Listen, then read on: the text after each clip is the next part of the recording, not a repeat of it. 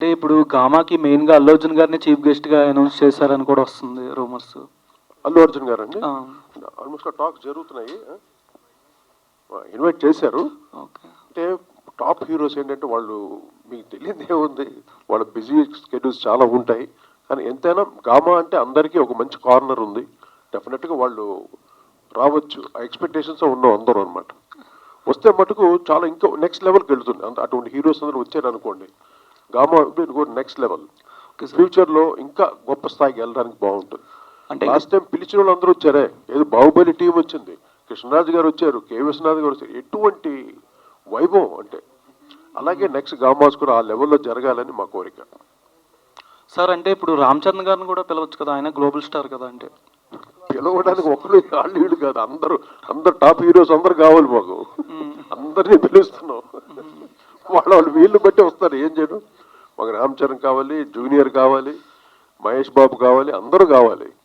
But వాళ్ళందరూ ఒక దృష్టి ఇలా పెడితే, ఓహో మన తెలుగు వాళ్ళకి జరుగుతున్న ప్రెస్టీజియస్ అవార్డు కదా, అది దుబాయ్ నగరంలో మనం వెళితే బాగుంటుంది, అందరికి ఎంకరేజింగ్గా ఉంటుందని వాళ్ళు ఒక్కసారి కొద్దిగా ఆలోచిస్తే చాలు, గామా అవార్డ్స్ వేరే రేంజ్కి వెళ్తుంది.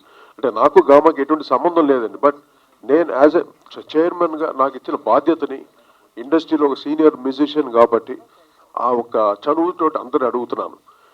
అంటే మా కేసరి గారు ఆయన రాలేదు, దుబాయ్ నుండి రాలేదు, పాప ఆయన తరఫున కంప్లీట్ నేను మాట్లాడతాను మీతోటి. నేను హామీ కూడా ఇచ్చేస్తున్నాను మీకు అని. అంటే ద వే ఆఫ్ ట్రీట్మెంట్ కానీ, ఫారిన్ కంట్రీస్లో ఇంతమందిని తీసుకునేలాగా ట్రీట్ చేయడం, రాయల్ ట్రీట్మెంట్, ఎవ్వరికి ఎటువంటి కొరత ఉండదు, అటువంటి ట్రీట్మెంట్ చేసేవారు. నేను చూశాను, నన్ను కళ్ళారా చూసాం.